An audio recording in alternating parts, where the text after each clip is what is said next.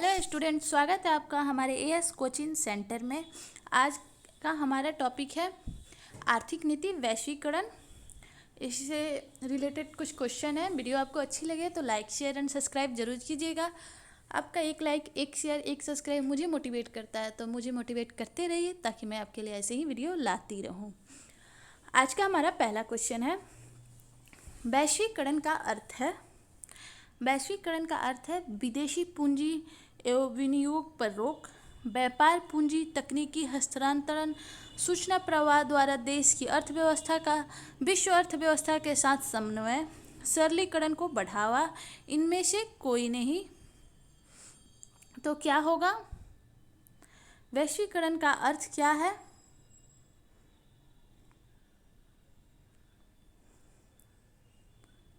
वैश्वीकरण का अर्थ है व्यापार पूंजी, तकनीकी हस्तांतरण, सूचना प्रवाह द्वारा देश की अर्थव्यवस्था के साथ समन्वय। ऑप्शन बी सही है। नेक्स्ट क्वेश्चन है हमारा कि वैश्वीकरण को कहा जाता है। वैश्वीकरण को क्या कहा जाता है? भूमंडलीकरण, WTO, निर्जलीकरण या उदारीकरण। तो वैश्वीकरण को भूमंडलीकरण कहते हैं। ऑप्शन ए सही होगा। नेक्स्ट क्वेश्चन है हमारा कि वैश्वीकरण के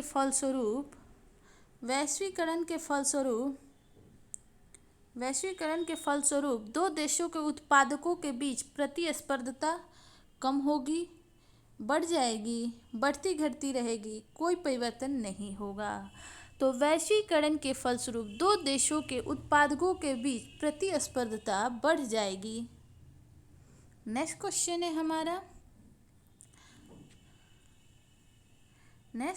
हमारा कि वैश्वीकरण से बिहार के किस उद्योग को सर्वाधिक प्रोत्साहन मिला है? कृषि एवं पशुपालन, पर्यटन, विनिर्माण या इनमें से कोई नहीं।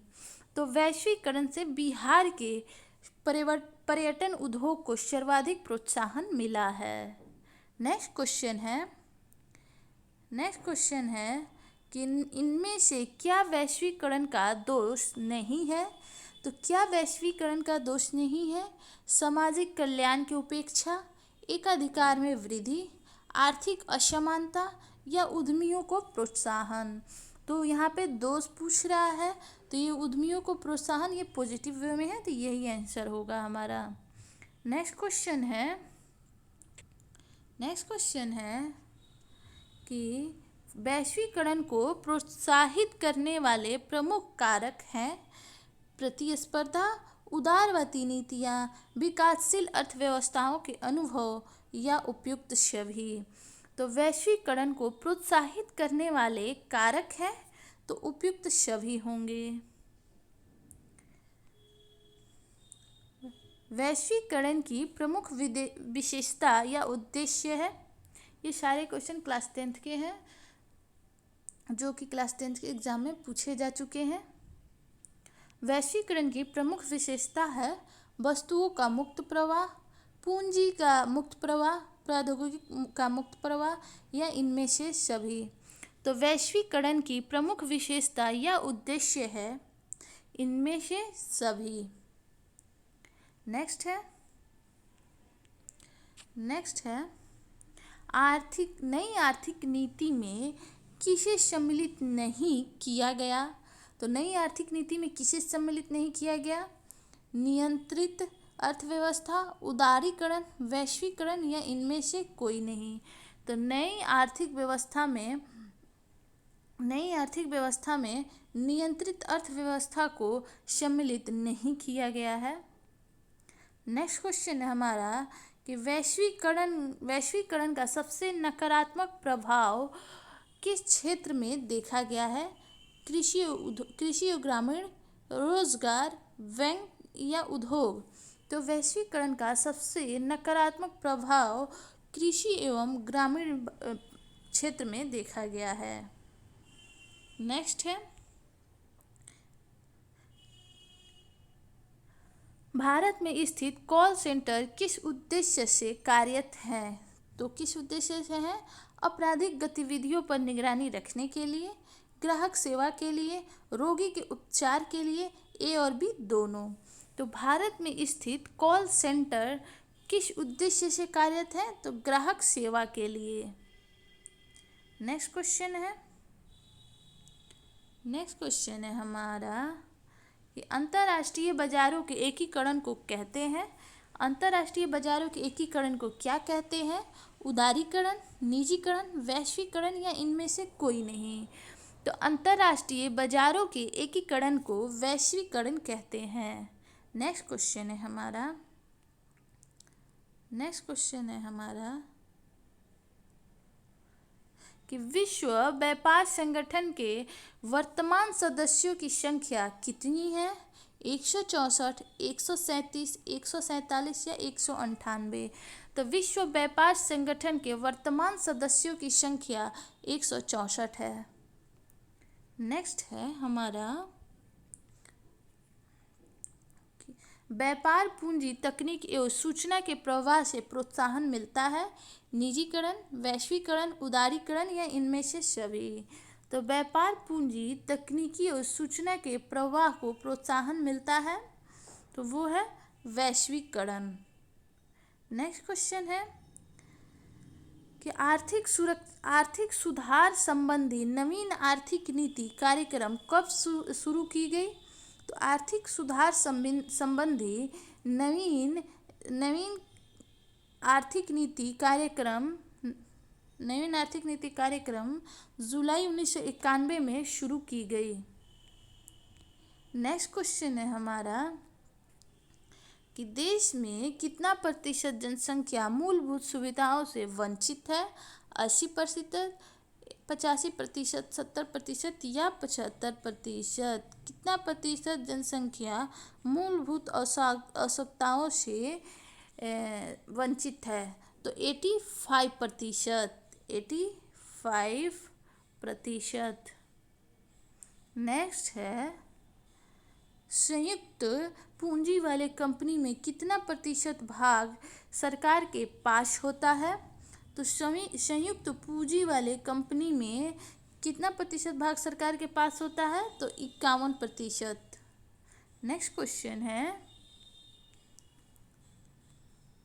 ये तो हो चुका है कि संयुक्त पूंजी वाले कंपनी में पूंजी का कितना प्रतिशत भाग सरकार के पास होता है? तो 51%।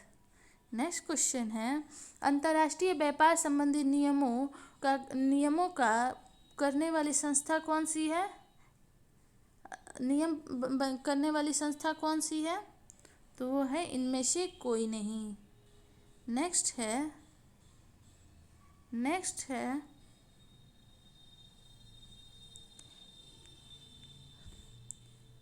क्वेश्चन है सन 2009 तक विश्व की आवश्यकताओं एवं सेवाओं का कुल विदेशी व्यापार में भारत का अंश कितना प्रतिशत था? तो कितना प्रतिशत था? सन 2009 तक विश्व की वस्तुओं एवं सेवाओं के कुल विदेशी व्यापार में भारत का अंश कितना प्रतिशत था? सिर्फ 20%, सिर्फ 2%, सिर्फ 40% या 100%? तो 2009 में विश्व की वस्तुओं और सेवाओं के कुल विदेशी व्यापार में भारत का अंश सिर्फ 2% था। नेक्स्ट है जब एक विशालकाय भवन को बाजार के रूप में बदल दिया जाता है तो वह क्या कहलाता है? मंडी, दुकान, शॉपिंग मॉल या इनमें से कोई नहीं?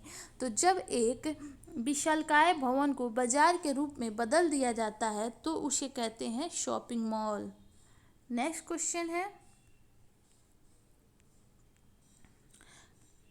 क्वेश्चन है कि निम्नलिखित में से किस राज्य में आधार संरचना के कारण वैश्वीकरण का प्रभाव कम है? तो बिहार, उत्तर प्रदेश, मध्य प्रदेश या राजस्थान? तो बिहार। नेक्स्ट क्वेश्चन है कि भारत में वैश्वीकरण की प्रक्रिया कब शुरू हुई? सन 1991, 1980, 1992 या 1986? तो भारत में वैश्वीकरण की प्रक्रिया 1991 में शुरू की गई। ऑप्शन ए सही होगा। नेक्स्ट है, किस अर्थशास्त्री ने उदार की नीति का समर्थन किया? तो किस अर्थशास्त्री ने किया? मार्शल, एडम स्मिथ, पिंग या रॉबिन्स ने? तो किसने किया? एडम स्मिथ ने किया। नेक्स्ट क्वेश्चन है कि उदारीकरण का तात्पर्य है अर्थव्यवस्था में आर्थिक नियंत्रणों को समाप्त करना, एमआरपी एक्ट से छूट, एमआरटीपी एक्ट से छूट, निजी क्षेत्र के उद्योगों का विस्तार या उपयुक्त सभी। तो उदारीकरण का तात्पर्य है निजी क्षेत्र के उद्योगों का विस्तार। ऑप्शन सी सही होगा। नेक्स्ट है, इनमें से कौन सी बहुराष्ट्रीय कंपनी है? इनमें से कौन सी बहुराष्ट्रीय कंपनी है? फोर्स, सैमसंग, कोका कोला या इनमें से सभी? तो कौन बहुराष्ट्रीय कंपनी है? तो ये सभी हैं। ऑप्शन डी सही होगा। नेक्स्ट है, इनमें से कौन बहुराष्ट्रीय कंपनी नहीं है? तो कौन बहुराष्ट्रीय कंपनी नहीं है? Force Motors, Samsung, Coca Cola. तो पिछले क्वेश्चन में हमने अभी देखा कि ये तीनों अंतर्राष्ट्रीय कंपनी थे, तो ये ऑप्शन डी सही होगा। संतोष नहीं है, जैसा कि नाम से ही पता चल रहा है कि संतोष नहीं है। नेक्स्ट क्वेश्चन है कि हमारे देश का कौन सा शहर सूचना प्रौद्योगिकी का केंद्र बन गया है? तो कौन सा? बेंगलुरु, नई दिल्ली, मुंबई या चेन्नई? तो हमारे देश का बेंगलुरु शहर सूचना प्रौद्योगिकी का केंद्र बन गया है। ऑप्शन ए हमारा सही होगा। नेक्स्ट क्वेश्चन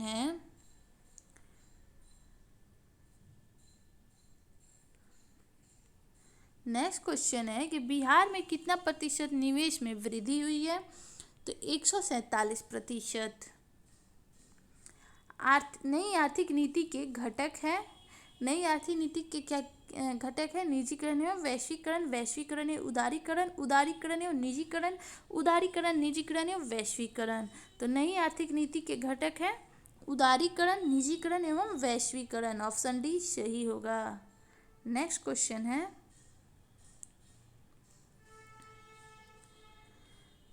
क्वेश्चन है, बहुराष्ट्रीय कंपनियों द्वारा दूसरे देशों में निवेश का सबसे सामान्य तरीका है नए कारखानों की स्थापना, स्थानीय कंपनियों को खरीद लेना, स्थानीय कंपनियों से साझेदारी या इनमें से सभी।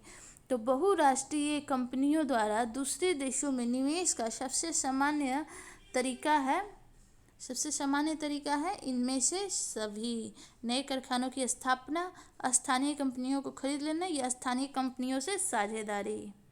नेक्स्ट क्वेश्चन है कि पार्ले ग्रुप के थम्स अप नामक ब्रांड को किस बहुराष्ट्रीय कंपनी ने खरीद लिया? कोको कोला, एलजी, रिवॉल्व या नोकिया? तो कोको कोला ने खरीद लिया है पार्ले ग्रुप के थम्स अप ब्रांड को। नेक्स्ट क्वेश्चन है हमारा कि इनमें से कौन भारतीय बहुराष्ट्रीय कंपनी है? नोकिया, डाबर, सैमसंग या इनमें से कोई नहीं? तो कौन भारतीय बहुराष्ट्रीय कंपनी है?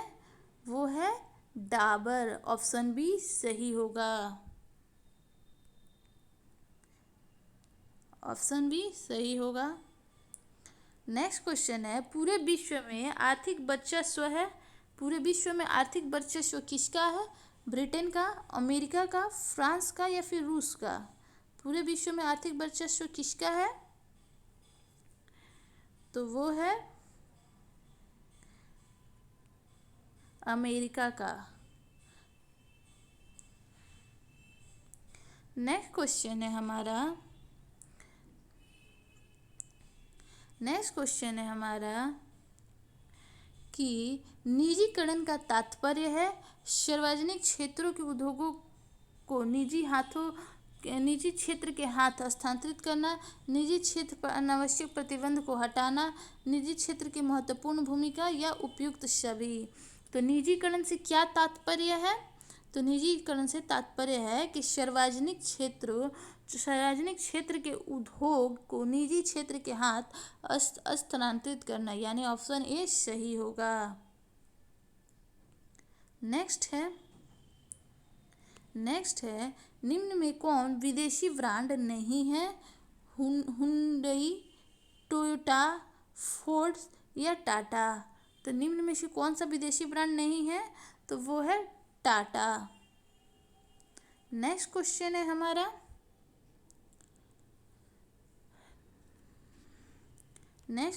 वैश्विक गांव किस युग की अवधारणा है? आधुनिक, पाषाण, प्राचीन या मध्य। तो वैश्विक गांव आधुनिक युग की अवधारणा है, ऑप्शन ए सही होगा।